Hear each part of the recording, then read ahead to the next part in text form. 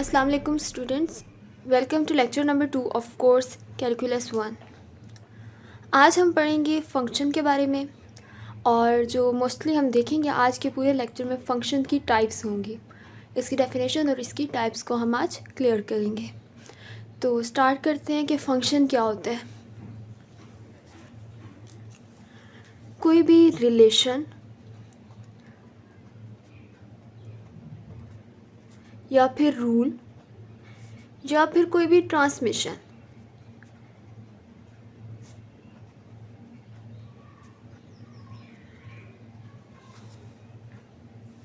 जो कि एक आपको यूनिक आउटपुट दे जब भी आपको उसमें इनपुट दे।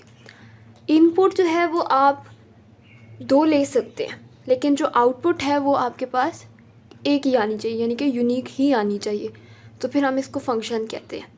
जो इसमें इम्पॉर्टेंट बात अभी हमने डिस्कस किया वो यही है कि जो इनपुट है वो आप एक से ज़्यादा वैल्यूज़ ले सकते हैं, इनकी 2 वैल्यूज़ ले सकते हैं, लेकिन जो आउटपुट है वो मस्ट जो है ना वो यूनिक होनी चाहिए, सिंगल होनी चाहिए। एक ही आउटपुट आएगी तो आप इसको फंक्शन कहेंगे। जब भी आप कोई वैल्यू देते हैं इनपुट की तो आपके पास एक आउटपुट आता है, वो आउटपुट अगर यूनिक हो तो इसको हम एक फ़ंक्शन कहते हैं। यही बात अभी हम डेफिनेशन की सूरत में लिखते हैं यहाँ पर।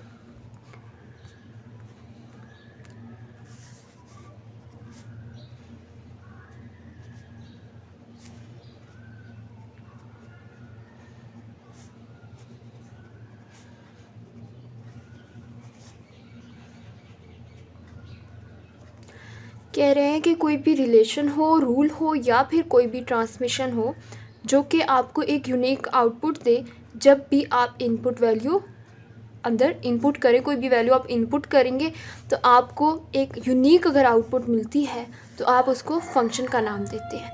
अब यहाँ पर इसके फ़ौरन बाद जो एक चीज़ बहुत इम्पॉर्टेंट होती है वो ये होती है, इसमें हम ये कह रहे हैं कि एक फ़ंक्शन है, f को हम एज अ फंक्शन ट्रीट कर रहे हैं। एक फ़ंक्शन है जिसमें वेरिएबल हमारे पास x है। इसको हमने कहा कि अगर उसमें x वेरिएबल है तो ये वाला जो फंक्शन जब इस पर अप्लाई होगा, कोई भी हमारे पास रिलेशन हो, कोई भी हमारे पास एक इक्वेशन हो जो जिसमें हमारे पास वेरिएबल x होगा, उस पर जब आप ये वाला फंक्शन f अप्लाई करेंगे तो हम कहते हैं कि ये y के इक्वल है। अब यहाँ पर एक इंडिपेंडेंट वेरिएबल होता है और एक डिपेंडेंट वेरिएबल होता है। x तो यहाँ पर इंडिपेंडेंट वेरिएबल है, इंडिपेंडेंट वेरिएबल, लेकिन जो y है उसके लिए ज़रूरी है कि x यहाँ पर होगा। x का आप मतलब वो x जो है ना इस पर डिपेंड कर रहा है y। x होगा, उसकी वैल्यू पुट करेंगे तो ही आपको y मिलेगा। तो ये इसका मतलब ये हुआ कि x तो इंडिपेंडेंट वेरिएबल है लेकिन y की वैल्यू x की वैल्यू के ऊपर डिपेंड कर रही है। x इंडिपेंडेंट वेरिएबल है, इसकी वैल्यू किसी के ऊपर आपके पास इनपुट इसकी वैल्यू किसी के ऊपर डिपेंड नहीं कर रही, लेकिन y की वैल्यू जो है वो x की वैल्यू के ऊपर डिपेंड कर रही है। दैट्स वाई y जो है वो आपके पास डिपेंडेंट वेरिएबल होगा, डिपेंडेंट वेरिएबल। अब फंक्शन की डेफिनेशन क्लियर हो गई, इंडिपेंडेंट और डिपेंडेंट वेरिएबल भी क्लियर हो गया। अब हमारा जो मेन टॉपिक है कि इसकी जो टाइप्स हैं, अब हम उसकी तरफ आते हैं। जो फर्स्ट टाइप हम लेने लगे हैं वो है इवन फंक्शन की टाइप। FTN जो है वो रिप्रेजेंट कर रहा है फंक्शन को। ये मैं जस्ट सिंप्लीफाइड में मतलब आप इसको देख लें कि मैं इसको एज ए एब्रीविएशन यूज़ कर रही हूँ। तो इवन जो फंक्शन है इसमें ये होता है कि आपके पास एक f(x) है, यानी कि एक x कोई ऐसी जो आपके पास फंक्शन मैंने किसी इक्वेशन पे अप्लाई किया तो वो ये इसको मैंने इस तरह लिखा f(x). तो ये जो f(x) है अगर ये f(-x) के इक्वल आ जाए। -x क्या है कि आपने जहाँ जहाँ पर फंक्शन में जो आपने एक इक्वेशन लिखी हुई जहाँ जहाँ पर आपके पास x आ रहा है वहाँ वहाँ अगर आप -x पुट करते हैं, x की जगह -x, और इन दोनों की वैल्यूज़ जो एंड पे वैल्यू आएगी वो दोनों की इक्वल आ जाए तो इस केस में ये इवन फंक्शन होता है। इसी की तरह एक ऑड फंक्शन होता है कि अगर आपके पास f(x) आपने लिखा और देन आपके पास f(-x) आपने लिया और ये जो f(-x) आपने लिया इसकी वैल्यू आपके पास -f(x) की इक्वल आ जाए यानी कि आपने जहाँ जहाँ फंक्शन में x था वहाँ वहाँ पर आपने -x पुट किया, और उसको जब पुट किया तो आपने सिंप्लीफाई करने के बाद देखा कि आपके पास -f(x) के इक्वल आ रही है वैल्यू। f(x) की अंदर जहाँ जहाँ x था वहाँ वहाँ -x पुट कर दिया, और एंड पे आंसर आपके पास -f(x) की इक्वल आ रहा है। यानी कि आपके पास जो फंक्शन होगा उसमें से अगर आप माइनस कॉमन ले लें, इस तरह भी आप इसको देख सकते हैं, तो इसकी इक्वल आ रही है f(-x) की वैल्यू। तो इस केस में हमारे पास ऑड फंक्शन होगा। अब इसके बाद जो नेक्स्ट है वो है हमारे पास पावर फंक्शन।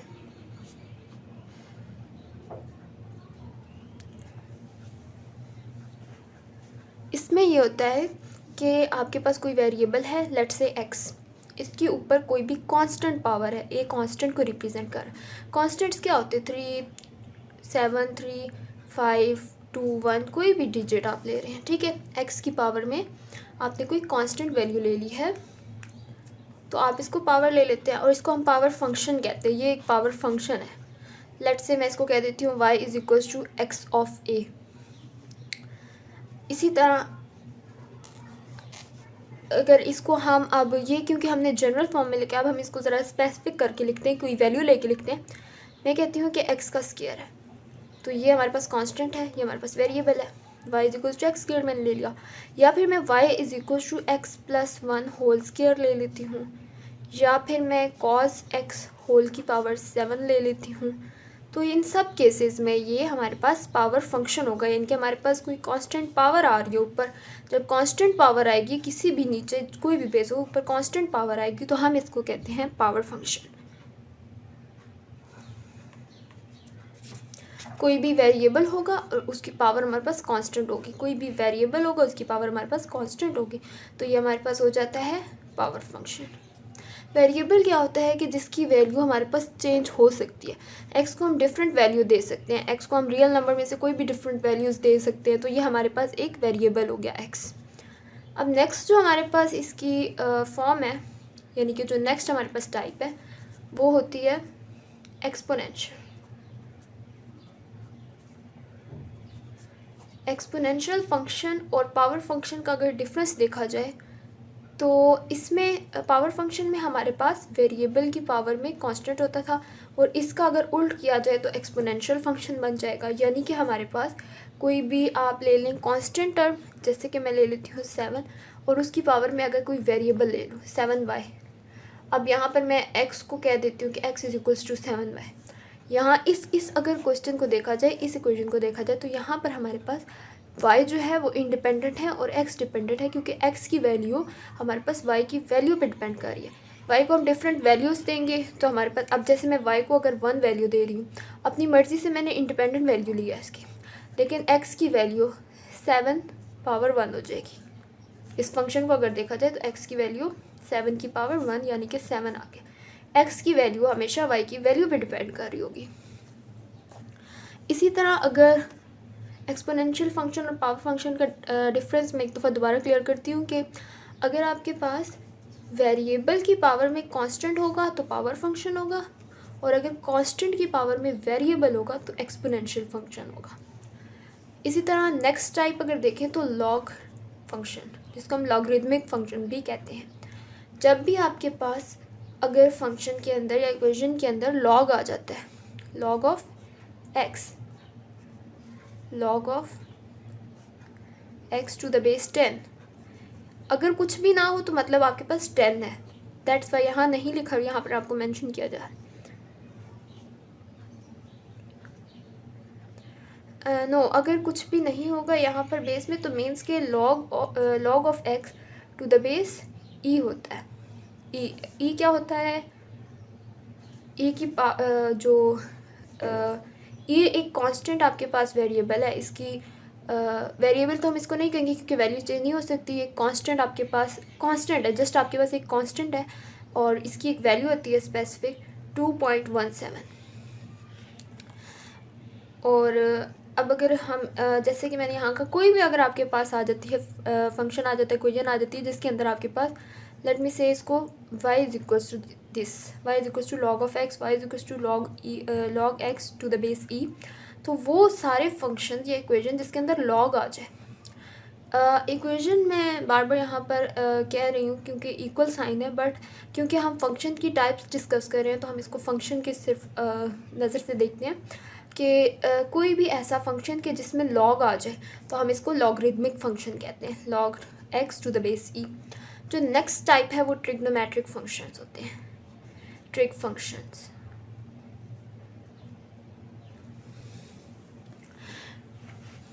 इसमें ये होता है कि जब भी आपके पास कोई ट्रिग्नोमेट्रिक आइडेंटिटी आ जाए या ट्रिग कोई भी फंक्शन आ जाए, लेट्स से साइन एक्स कह देते हैं, y is equals to sine x, या फिर आप y is equals to cos x ले लें, जो भी आप इस तरह लेंगे। तो आपने क्योंकि यहाँ पर ट्रिग आ रहा है, साइन कॉस टेन, ये सारे आपके पास ट्रिग फंक्शंस हैं, दैट्स वाई आप इसको ट्रिग फंक्शन कहते हैं। तो जब भी हमारे पास कभी भी फंक्शन में साइन कॉस टेन या फिर आपके पास इनके जो रेसिप्रोकल्स होते हैं जिनको हम कॉट कहते हैं, जिसको हम कोटेंजेंट भी बोलते हैं, एंड देन इसी तरह कोसिकेंट एंड सिकेंट, इस तरह की कोई भी आपके पास आ जाता है फंक्शन तो आप इसको ट्रिग फंक्शन कहते हैं। अब हम नेक्स्ट की तरफ मूव करते हैं। अब जो नेक्स्ट टर्म है वो है हमारे पास इन्वर्स ट्रिग फंक्शन।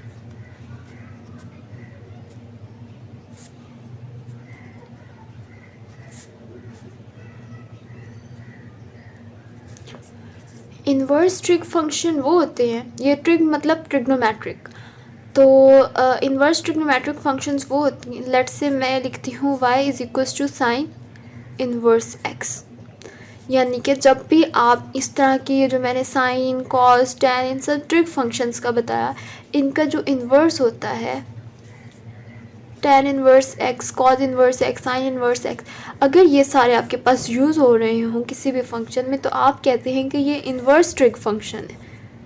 इनके इसी तरह इनके रेसिप्रोकल्स का भी आप कर सकते हैं, जैसे कि आप कह दें cotangent inverse x, cosecant inverse x, secant inverse x, तो ये सब हमारे पास इन्वर्स ट्रिग फंक्शन है, यानी कि जब ट्रिग फंक्शंस का इन्वर्स लिया जाए तो हम कहते हैं ये इन्वर्स ट्रिग फंक्शन है। इसी तरह जो नेक्स्ट टाइप है वो है हमारे पास हाइपरबोलिक फंक्शंस, हाइपरबोलिक। आगे जो फंक्शंस का चैप्टर है जिसमें हम लोग फंक्शंस के मतलब हम डिफरेंट ग्राफ्स को स्टडी करेंगे, प्रॉपर्टीज़ देखेंगे, तो उसके लिए आपको इसके बारे में नॉलेज होना ज़रूरी है कि कौन सा फंक्शन जो है हमारे पास, मतलब कितनी टाइप्स ऑफ फंक्शंस होती हैं। फिर इसके बाद हम ये भी देखेंगे कि इन फंक्शंस के ग्राफ्स के बारे में, जो मोस्टली ग्राफ्स होते हैं इन फंक्शंस के उनको देखेंगे जो मोस्ट कॉमन होते हैं। तो इसी तरह जो नेक्स्ट टाइप है वो है हाइपरबोलिक फंक्शंस की। तो हाइपरबोलिक फंक्शंस वो होते हैं कि जब भी आपके पास ट्रिग के साथ हाइपरबोलिक भी यूज़ हो रहा हो, जैसे कि आप ये कहते हैं कि y is equals to sine hyperbolic x, जब भी आपके पास ट्रिग फंक्शन के साथ हाइपरबोलिक का वर्ड यूज़ हो रहा होगा, एच यूज़ हो रहा होगा, तो आप कहेंगे कि ये आपके पास हाइपरबोलिक फंक्शन है। जब सिंपल ट्रिग होगा तो आप उसको ट्रिग फंक्शन बोलेंगे, मतलब सिंपल आपके पास साइन कॉस टैन होगा तो आप ट्रिग फंक्शन कहेंगे। Sign inverse, cos inverse, tan inverse, तो आप ट्रिग इन्वर्स ट्रिग फंक्शंस बोलेंगे। लेकिन जब आपके पास साइन के साथ आगे हाइपरबोलिक भी मल्टीप्लाई हो रहा होगा तो आप कहेंगे कि साइन हाइपरबोलिक एक्स। इसी तरह एक और टाइप की हो जाएगी कि इन्वर्स हाइपरबोलिक फंक्शंस, तो उसमें आपके पास ट्रिग के पास हाइपरबोलिक एक्स तो है लेकिन आपके पास साइन इन्वर्स होगा। यहाँ पर अगर आपके पास साइन इन्वर्स हाइपरबोलिक एक्स होगा तो आप उसको कहेंगे इन्वर्स हाइपरबोलिक फंक्शन। जिस तरह पीछे से हम देखते आए हैं, जस्ट सिंपल इसको एक दफ़ा आप गो थ्रू कर लें तो आपको ये कभी भी नहीं भूलेगा, ये बहुत ईजी है। नेक्स्ट चलते हैं ट्रांसेंडेंटल फंक्शंस कौन से होते हैं।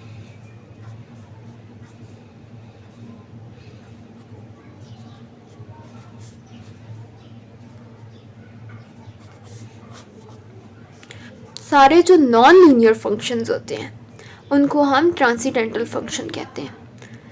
नॉन लीनियर फंक्शंस कौन से होते हैं, जैसे कि अभी हम पीछे पढ़ के आए हैं एक्सपोनेंशियल, फिर हमने पढ़ा लॉगरिदमिक, हमने पढ़ा ट्रिग्नोमेट्रिक, जिनका ग्राफ आपके पास लीनियर ना हो। लीनियर क्या होता है, आपके पास बिल्कुल स्ट्रेट लाइन होती है ग्राफ की, ये अगर आप एक ग्राफ बना रहे हैं, इसमें बिल्कुल स्ट्रेट लाइन है तो ये आपके पास लीनियर है। बट हम नॉन लीनियर की बात करें, जितने भी नॉन लीनियर जो हमारे पास फंक्शन होते हैं उन सबको अगर इकट्ठा मतलब हम उनमें से किसी को भी कह दें तो हम उसको ट्रांसीडेंटल फंक्शन कहते हैं। लेट मी से कि मुझसे अगर कहा जाए कि क्या लॉगरिथमिक फ़ंक्शन आपके पास ट्रांसीडेंटल फंक्शन है, तो मैं कहूँगी बिल्कुल जो लॉगरिथमिक फ़ंक्शन है वो मेरे पास ट्रांसीडेंटल फंक्शन है। इन सब को हम ट्रांसीडेंटल फंक्शन कहते हैं। इनमें कौन कौन सी आ जाते हैं, इनको मैं यहाँ पर एक दफ़ा लिख देती हूँ ताकि क्लियर हो जाए। एक्सपोनेंशियल ट्रांसीडेंटल फंक्शन होता है, लॉगरिथमिक फ़ंक्शन भी जो है वो ट्रांसीडेंटल फंक्शन होता है, ट्रिग फंक्शन जो होता है वो भी हमारे पास ट्रांसीडेंटल फंक्शन होता है। इसी तरह अगर आप देखते जाएं तो और भी आपको बहुत मिल जाएंगे, यानी जिनका ग्राफ अगर आप ड्रॉ करें तो आपके पास स्ट्रेट लाइन ना आए। फिर आगे अभी हम ग्राफ्स को भी स्टडी करेंगे तो वहाँ और ज़्यादा क्लियर हो जाएगा। इसके अलावा एक फंक्शन होता है जिसको हम कहते हैं इंक्रीजिंग फंक्शन। यहाँ मैं ड्रॉ करती हूँ, यहाँ मैं आपको इसको एक्सप्लेन करती हूँ। इंक्रीजिंग फंक्शन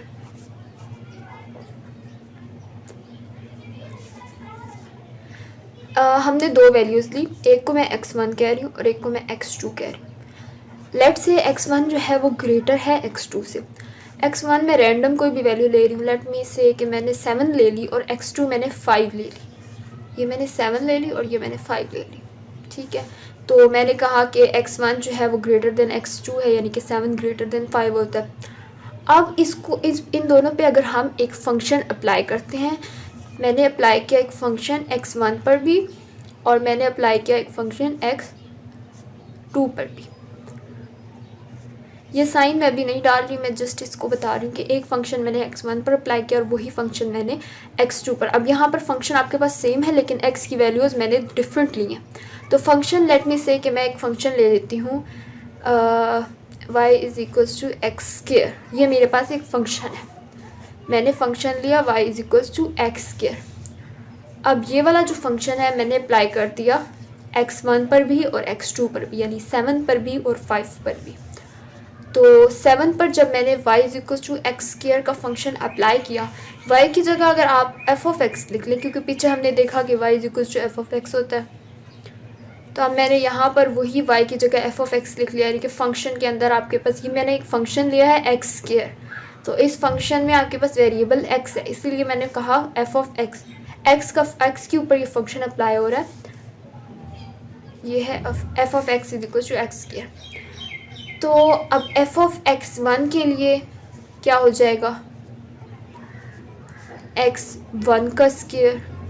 अगर मैं f ऑफ x2 पर ये अप्लाई कर रही हूँ, यही वाला f वाला फंक्शन जो कि x स्क्वायर है, तो ये हमारे पास x2 का स्क्वायर हो जाएगा।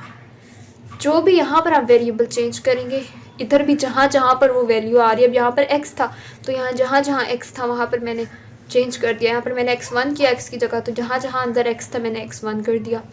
तो इसी तरह हम इस पर फंक्शन अब अप्लाई करेंगे। जब यहाँ पर f ऑफ x1 की क्या वैल्यू आती है, x1 मेरे पास है 7, मैं यहाँ पुट कर देती हूँ 7, x1 7 है ना, तो 7 का स्क्वायर तो 49 होता है।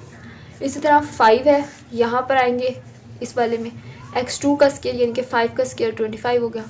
अब हम यहाँ वैल्यू लिखते हैं, f ऑफ x1 मेरे पास आ रहा है 49 और यहाँ पर मेरे पास आ रहा है 25। तो क्या 49 25 से बड़ा है? बिल्कुल बड़ा है। जब हमने x1 लिया तो वो x2 से बड़ा था। इसी तरह जब हमने इस पर फंक्शन, दोनों पर एक ही फंक्शन अप्लाई किया यानी कि एक्स स्क्वायर का फंक्शन, तो मेरे पास 49 मतलब मेरे पास f ऑफ x1 यानी कि जो x1 पे फंक्शन अप्लाई किया है वो मेरे पास x2 पे जो फंक्शन अप्लाई किया है उससे बड़ा ही आया है। जब आप x1 और x2 दो डिफरेंट वैल्यूज़ लें और x1 आपके पास x2 से बड़ी हो और जब आप इन दोनों पे एक ही फंक्शन अप्लाई करें और दोनों फंक्शंस के अंदर भी वही साइन है जो आपके पास इन दोनों में रिलेशन है, यानी कि 7 और 5 में ग्रेटर का रिलेशन है, 7 बड़ा है 5 से। तो जब आपने इन दोनों पर फंक्शन अप्लाई किया तो भी इस पर अप्लाई करने के बाद यही वाली साइड आपके पास बड़ी है, यानी कि जो 7 वाली साइड है इस पर फंक्शन अप्लाई किया यही बड़ा है, इसका जो रिज़ल्ट आए वही बड़ा है। तो इस केस में हम इसको इंक्रीजिंग फंक्शन कहते हैं। इसका अपोजिट ये होगा जिसको हम डिक्रीजिंग फंक्शन कहते हैं। वो ये होता है कि अगर हम x1 ले रहे हैं ग्रेटर देन x2 और f ऑफ x1 जब मैंने फाइंड किया, जस्ट इसी तरह जिस तरह मैंने यहाँ पर इन स्टेप्स पे, अगर आप f ऑफ x1 फाइंड करें और आपके पास value less than F of X two है, तो इट मीन्स कि ये डिक्रीजिंग फंक्शन है। ऊपर वाला रिलेशन था ग्रेटर का, लेकिन फंक्शन अप्लाई किया, कोई भी ऐसा फंक्शन ले लें, लेट मी से कि एक फंक्शन हम ले लेते हैं f of x is equals to minus x का फंक्शन है। ये तो एक्स स्क्वायर था, तो आपको इस फंक्शन से लग गया कि ठीक है जी ये बड़ी साइड है। कि कोई और फंक्शन आप लेते हैं जिससे आपके पास वैल्यू छोटी आ जाती है। ऊपर आपके पास रिलेशन ग्रेटर का था, लेकिन सेकंड में फंक्शन अप्लाई करने के बाद रिलेशन चेंज हो गया, लेस देन का हो गया, ये वाली साइड इससे छोटी हो गई, तो इस केस में हम इसको डिक्रीजिंग फंक्शन लेते हैं। अब एक और चीज़ आपके जहन में आ रही होगी कि अगर हम यहाँ ये लिख लें कि x1 जो है वो लेस देन x2 है, तो हम फिर दूसरी तरह चेक करेंगे कि अगर x1 लेस देन x2 है, लेट मी से x1 मेरे पास लेस देन x2 है और f ऑफ x1 मेरे पास less than f of x2 है, तो जो ये वाला हमारे पास रिलेशन था इन दोनों में, यानी कि लेस देन का, नीचे भी वही है, तो इंक्रीजिंग फंक्शन होगा। लेकिन अगर यहाँ पर लेस था और नीचे साइन मेरे पास ग्रेटर का आ जाता, f ऑफ x1 जो है वो मेरे पास greater than f of x2 हो जाता, तो मैं इस केस में कहती, क्योंकि ऊपर साइन लेस का था नीचे ग्रेटर का हो गया, तो मेरे पास इंक्रीजिंग नहीं बल्कि डिक्रीजिंग फंक्शन है, क्योंकि साइन चेंज हो गया। तो इन दोनों फंक्शंस में, इन दोनों जो इंक्रीजिंग और डिक्रीजिंग है, यही इंपॉर्टेंट बात है। अगर आपको मतलब क्लियर नहीं हुआ तो आप थोड़ा सा पीछे जाएँ, आपको फिर क्लियर हो जाएगा, और अगर हो गया तो बहुत अच्छी बात है। फिर अब हम नेक्स्ट चलते हैं पीस वाइज डिफाइंड फंक्शन पे। पीस वाइज डिफाइंड फंक्शन,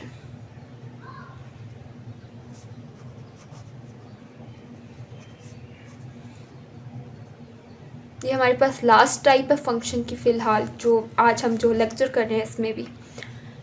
तो पीस वाइज डिफाइंड फंक्शन वो होता है कि जो एक ग्राफ अगर आप लें, आपके पास एक लाइन यूँ आ रही है, दूसरी लाइन आपके पास यूँ जा रही है, तीसरी लाइन आपके पास, यानी कि आपके पास वो कॉन्टीन्यूस ना हो, पूरा एक ही लाइन में ना आ रहा हो, एक ही कर्व में ना आ रहा हो फंक्शन आपके पास, उसमें ब्रेकेज हो, यहाँ पर जगह खाली है, यहाँ पर जगह खाली है, तो ये जो जगह खाली है यानी ये ब्रेक होया हुआ हो, जुड़ा हुआ ना हो आपस में, आप इसका फंक्शन ड्रा, आप इसका ग्राफ ड्रा करें, आपके पास जो कर्व्स या फिर कोई लाइन आती है तो वो आपके पास मतलब एक दूसरे के साथ अटैच ना हो, बीच में कोई ब्रेक आ रहा हो, गैप आ रहा हो, तो इस तरह के फंक्शन को हम पीस वाइज डिफाइंड फंक्शन कहते हैं।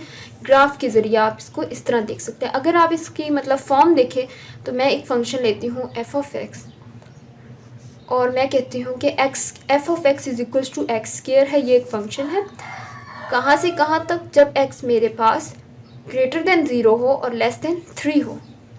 और मैं कहती हूँ कि आप ले लें f of x is equals to minus x जब एक्स आपके पास 3 से ग्रेटर हो और 5 से लेस हो।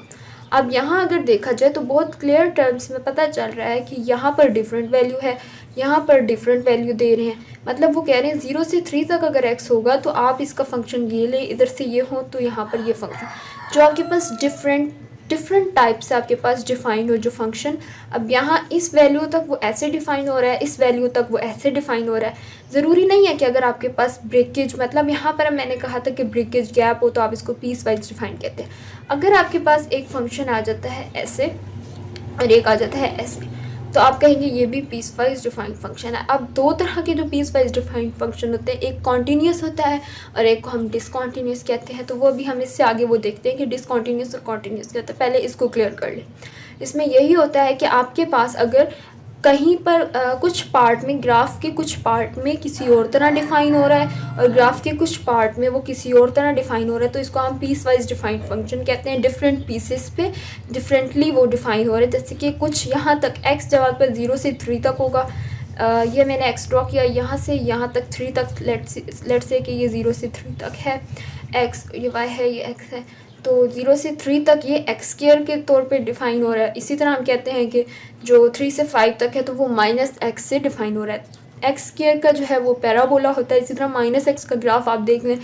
ये अभी हम आगे ये भी चेक करेंगे कि जो सिंपल, जिस तरह ये कॉमन है, y equals to minus x, y equals to x square, ये कॉमन फंक्शंस है, तो इनके ग्राफ्स कैसे होते हैं, ताकि आपको फ़ौरन से देखते साथ पता चल जाए कि ग्राफ इसका कैसा होगा। तो इसी तरह अब कुछ 0 से 3 तक ये जो है पैराबोला होगा। आगे माइनस एक्स ले लेंगे तो जिस तरह y is equals to x एक स्ट्रेट लाइन होती है, इसी तरह y is equals to minus x उसके अपोजिट हो जाएगी, क्योंकि माइनस का साइन यहाँ पर यूज़ हो रहा है। तो कुछ 0 से 3 तक ये एक्स स्क्वायर की तरह जो है वो डिफ़ाइन हो रहा है, और 3 से 5 तक जो है ये जाकर माइनस एक्स से डिफ़ाइन हो गया, यानी कि डिफरेंट डिफ़ाइन हो रहा है। कुछ हिस्से का ग्राफ अलग होगा, कुछ हिस्से का ग्राफ अलग होगा, कुछ पार्ट में वो अलग डिफ़ाइन कर रहे हैं, कुछ पार्ट में वो उसको अलग फंक्शन दे रहे हैं, अलग दे रहे हैं। F of x is equal to x square, f of x is equal to minus x. कुछ पार्ट के लिए उन्होंने ये वाला फंक्शन दे दिया, कुछ पार्ट के लिए ये वाला फंक्शन दे दिया। तो इस तरह के जो फंक्शंस होते हैं उनको हम पीस वाइज डिफाइंड फंक्शन कहते हैं। अब जो लास्ट चीज़ आ गई है वो हमारे पास कॉन्टीन्यूस और डिसकॉन्टीन्यूस पे आ गया। जो कॉन्टीन्यूस का ग्राफ होता है वो आपके पास बिल्कुल स्ट्रेट, मतलब आपके पास कहीं पर भी ब्रेकेज नहीं आता उसमें। अब जैसे यहाँ पर अगर मैंने एक ग्राफ ड्रा किया यूँ, तो इसमें क्योंकि ब्रेकेज है, यहाँ से यहाँ तक इसमें कुछ भी नहीं है, कोई लाइन नहीं है, मतलब यहाँ से यहाँ तक बिल्कुल फ्री है यहाँ से। तो इस तरह का जो केस होगा तो ये डिसकॉन्टीन्यूस होगा। लेकिन अगर आप इसको ड्रॉ करें और वो पूरा एक जहाँ से आप एक साइड से स्टार्ट हुआ और आप उसको यहाँ पे जाकर ख़त्म करें, तो ये वाला जो है आप इसको कहेंगे कि ये डिसकॉन्टीन्यूस है। No, this is continuous.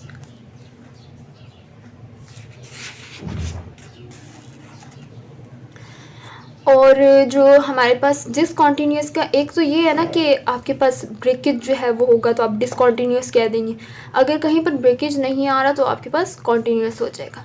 अगर ब्रेकेज है तो वो आपके पास डिसकॉन्टीन्यूस है। एक और इम्पॉर्टेंट बात ये आ जाएगी कि आप ये देखेंगे कर्व होने, ये कर्व आप इसको एज अ कर्व देखें, ये यहाँ पर कॉर्नर नहीं है, ये कर्व है।